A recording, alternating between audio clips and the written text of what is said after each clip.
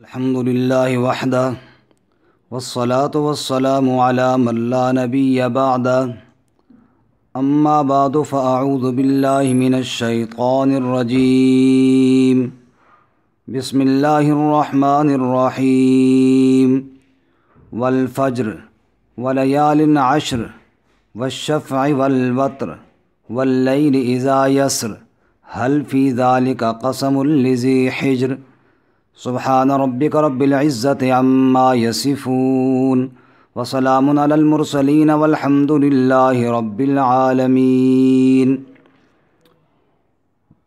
معزز سامعین اور ناظرین، اسلامی سال کا آخری مہینہ ذوالحجہ شروع ہو رہا ہے اور اس کے جو ابتدائی دن اور راتیں ہیں یہ بہت ہی فضیلت کے حامل ہیں۔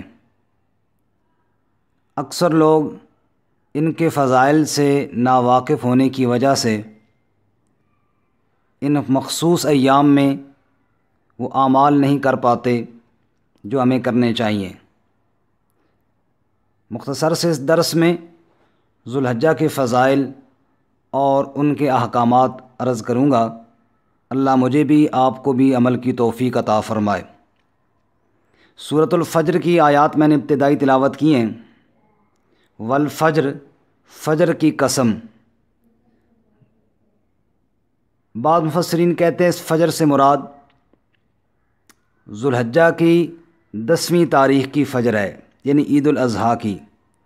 ولیال عشر، اس سے مراد 10 راتیں ہیں، یہی ذوالحجہ کی ابتدائی 10 راتیں۔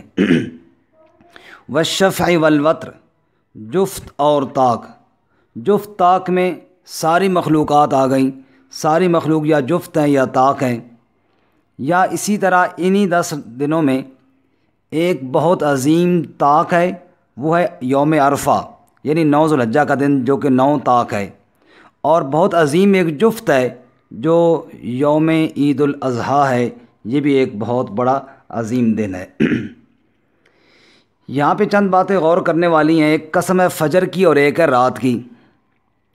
عبادات نفلیہ میں رات کا جو درجہ ہے یہ بہت ہی اہم ہے۔ رات ہی کا ایک حصہ ہوتا ہے آخری پہر، جب اللہ تعالیٰ آسمان دنیا پر صدا لگاتے ہیں، کیا ہے کوئی مغفرت طلب کرنے والا تاکہ میں اس کے گناہوں کو معاف کروں؟ کیا ہے کوئی مجھ سے رزق مانگنے والا تاکہ میں اس کو روزی عطا فرماؤں؟ اور اللہ اپنے بندوں کی صفات بیان کرتے ہوئے رات کے بارے میں ہی فرماتے ہیں، والذین یبیتون لربہم سجدا وقیاما، وہ میرے بندے رات کو سجدے اور قیام میں گزارتے ہیں۔ یہاں پر بھی 2 باتوں کا خیال رکھنا، ایک سجدہ اور ایک قیام۔ رسول اللہ صلی اللہ علیہ وسلم فرمایا، افضل الصلاۃ طول القنوت، افضل نماز وہ ہے جس میں قیام لمبا ہو۔ اور سجدہ، رسول اللہ صلی اللہ علیہ وسلم فرماتے ہیں، اقرب ما یکون العبد من ربہ وہو ساجد، جب بندہ سجدے میں ہوتا ہے تو اللہ کے زیادہ قریب ہوتا ہے۔ تو راتوں کو قیام اور سجدے میں گزارتے ہیں۔ ایک جگہ فرماتے ہیں، کانوا قلیلا من اللیل ما یہجعون، رات کو تھوڑا سوتے ہیں۔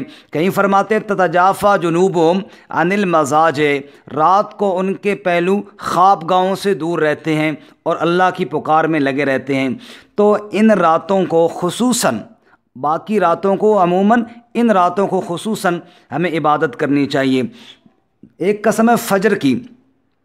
فجر کا وقت یہ وہ عظیم وقت ہے کہ جب سورج اپنی کرنیں بکھیرنے والا ہوتا ہے اور اندھیرے چھٹنے والے ہوتے ہیں اور روشنی نمودار ہو رہی ہوتی ہے، یہ وہ وقت ہے۔ اور یہ وہ نماز ہے فجر کی جو رسول اللہ صلی اللہ علیہ وسلم نے فرمایا منافقین پر بہت بھاری ہے، اس لیے فجر کی نماز کا اہتمام بھی ضروری ہے۔ یہ جو 10 ذوالحجہ کے دن ہیں، ان کے بارے میں ابن عباس رضی اللہ تعالیٰ عنہ فرماتے ہیں کہ حضرت موسیٰ علیہ السلام سے جب اللہ تعالیٰ نے 30 راتوں کا وعدہ کیا تھا اور طور پہاڑ پہ وہ اعتکاف بیٹھے تھے، فَأَتْمَمْنَاهَا بِعَشْرٍ فَتَمَّ مِيقَاتُ رَبِّي 40 لیلہ، پھر اللہ نے 10 مزید بڑھا کے 40 راتیں پوری کی۔ فرماتے ہیں وہ 10 راتیں اور 10 دن یہ ذوالحجہ کے دن تھے، یعنی موسیٰ علیہ السلام کا جو چلہ پورا ہوا وہ بھی ذوالحجہ کے ان 10 دنوں میں پورا ہوا۔ ہمارے اوپر جو ذوالحجہ کے یہ دن آئے ان کے اندر بڑے اللہ تعالیٰ کے انعامات آئے ہیں، اور ان بڑے انعامات میں سے ایک بہت بڑا انعام ہے کہ دین مکمل ہوا۔ الیوم اکملت لکم دینکم واتممت علیکم نعمتی ورضیت لکم الاسلام دینا۔ دین جو مکمل ہوا وہ آیت اسی مہینے میں یعنی 9 ذو الحجہ کو یوم عرفہ کو جمعہ والے دن نازل ہوئی۔ رسول اللہ صلی اللہ علیہ وسلم میدان عرفات میں تشریف فرما تھے جب یہ خوبصورت آیت نازل ہوئی اور اللہ نے اپنے نعمت کاملہ کا اعلان فرمایا۔ ایک یہودی نے کہا بھی حضرت عمر رضی اللہ تعالیٰ عنہ سے کہ تمہارے قرآن میں ایک ایسی آیت موجود ہے، اگر وہ ہم پر نازل ہوتی تو ہم اس دن کو عید بناتے۔ تو حضرت عمر نے فرمایا کہ یہ عرفے والے دن نازل ہوئی، عرفات کے میدان میں نازل ہوئی، وہ ہمارے لیے اللہ نے پہلے سے عید کا دن مقرر کیا ہوا تھا۔ ذو الحجہ کا یہ جو مہینہ ہے اور بالخصوص یہ جو 10 دن ہیں، ان کی ایک اور فضیلت یہ بھی ہے کہ ارکان اسلام 5 ہیں: کلمہ، نماز، روزہ، زکوٰۃ اور حج۔ یہ وہ دن ہیں جن کے اندر یہ پانچوں کے پانچے جمع کیے جا سکتے ہیں۔ کلمے کا ذکر جیسے کہ حدیث میں آتا ہے کہ ان دنوں میں لا الہ الا اللہ کی کثرت کرو، سبحان اللہ کی کثرت کرو، اللہ اکبر کی کثرت کرو، اللہ کا ذکر کثرت سے کرو، یعنی ایمان کی تجدید کرو، یہ بار بار بولو تاکہ لا الہ الا اللہ تمہارے دلوں میں راسخ ہو جائے۔ تو کلمے کا ذکر بھی ہو گیا جو بنیادی رکن ہے۔ نماز تو ہے ہی ہے، ہر وقت ہر مہینے میں نماز ہوتی ہے، اس میں بھی ہے۔ نفلی روزوں کی خصوصی فضیلت ہے۔ رسول اللہ صلی اللہ علیہ وسلم نے ارشاد فرمایا، صوم یوم عرفہ جو ہے اس کے بارے میں اللہ کے نبی فرماتے ہیں مجھے اللہ پر امید ہے کہ یہ جو روزہ ہے ان یکفر السنۃ التی قبل والسنۃ التی بعد، کہ ایک سال پچھلے اور ایک سال اگلے کے گناہوں کو معاف کرے گا۔ تو روزہ بھی آ گیا۔ زکوٰۃ، صدقہ، خیرات، قربانی جو ہے یہ بھی زکوٰۃ اور خیرات کا ایک حصہ ہے جو کہ اس مہینے کے اندر افضل ترین عبادت ہے۔ وہ بھی گویا کہ ایک مال کی زکوٰۃ ہے، اور دوسری جو زکوٰۃ ہے مال پیسے والی، وہ بھی اگر کسی کا سال یہاں پہ پورا ہونا چاہے تو وہ کر لے، دے سکتا ہے۔ اس کے علاوہ بھی اگر کسی کی بقیہ ہے تو وہ بھی دے۔ صدقات خیرات کے یہ بھی دن ہیں، اور 5واں رکن حج کا وہ بھی اس مہینے میں ہوتا ہے۔ تو ارکان اسلام پانچوں کے پانچ ہیں، اگر کسی مہینے میں اکٹھے نظر آتے ہیں تو وہ ایک ذو الحجہ کا مہینہ ہے، اس کے علاوہ اور کوئی نہیں مہینہ۔ اس لیے رسول اللہ صلی اللہ علیہ وسلم نے یہ بھی ارشاد فرمایا کہ ان دنوں میں جو نیک اعمال کرتا ہے وہ باقی ایام کے مقابلے میں بہت زیادہ اور افضل ہے۔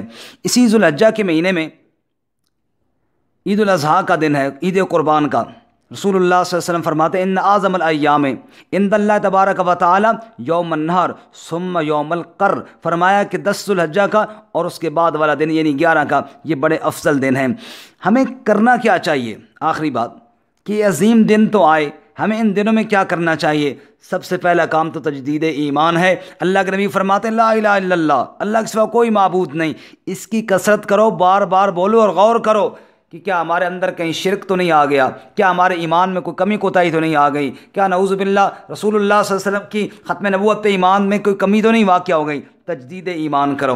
نمبر 2 فرماتے ہیں نماز کا اہتمام کرو، کیونکہ ابھی آپ نے سن لیا کہ راتوں کی عبادت کرنی ہے، جب نوافل کا اہتمام ہے، تہجد کا اہتمام ہے، تو فرائض کا اہتمام اس سے پہلے زیادہ ضروری ہے، کیونکہ فرائض مکمل ہوں گے تب نوافل جو ہے وہ اللہ کے ہاں قبولیت کا درجہ رکھیں گے۔ اسی طرح صدقات، زکوٰۃ، بالخصوص قربانی، جس کو اللہ نے وسعت عطا فرمائی ہو اور وہ قربانی نہ کرے، اللہ کے نبی فرماتا ہے ہماری عیدگاہ کے قریب نہ آئے، تو اس کا اہتمام کیجیے۔ اور مالدار وسعت والے پر ہر سال قربانی لازم ہے۔ رسول اللہ صلی اللہ علیہ وسلم 10 سال مدینہ میں رہے اور آپ نے 10 سال قربانی فرمائی ہے۔ اس کے علاوہ نفلی روزوں کا اہتمام، یہ 9 دن مسلسل رکھیں تو بہت اچھی بات، ورنہ کم از کم 9 ذو الحجہ کا یعنی یوم عرفہ کا روزہ یہ جو حاجی نہیں ہیں ان کے لیے ہے۔ حاجیوں کے لیے تو وہاں بغیر روزے کے رہنا افضل ہے، کیونکہ ان کا وقوف عرفہ جو حج کا رکن اعظم ہے وہ ادا کریں گے، باقی لوگوں کے لیے۔ اسی طرح عید کی نماز کا اہتمام اور تکبیرات کا۔ ایک اور چھوٹا سا مسئلہ آخری وہ یہ ہے کہ رسول اللہ صلی اللہ علیہ وسلم نے فرمایا جو آدمی قربانی کا ارادہ رکھتا ہو اور اس نے قربانی کرنی ہو، جب عید الاضحیٰ یعنی ذو الحجہ کا چاند نظر آ جائے وہ اپنے ناخن نہ کاٹے، اپنے بال نہ کاٹے اور قربانی کرنے کے بعد کاٹے۔ یہ وہ اعمال ہیں جن کے کرنے کا اجر ہے اور ان عظیم دنوں میں ہے۔ اللہ مجھے بھی، آپ کو بھی، ہم سب کو عمل کرنے کی توفیق عطا فرمائے۔ وآخر دعوانا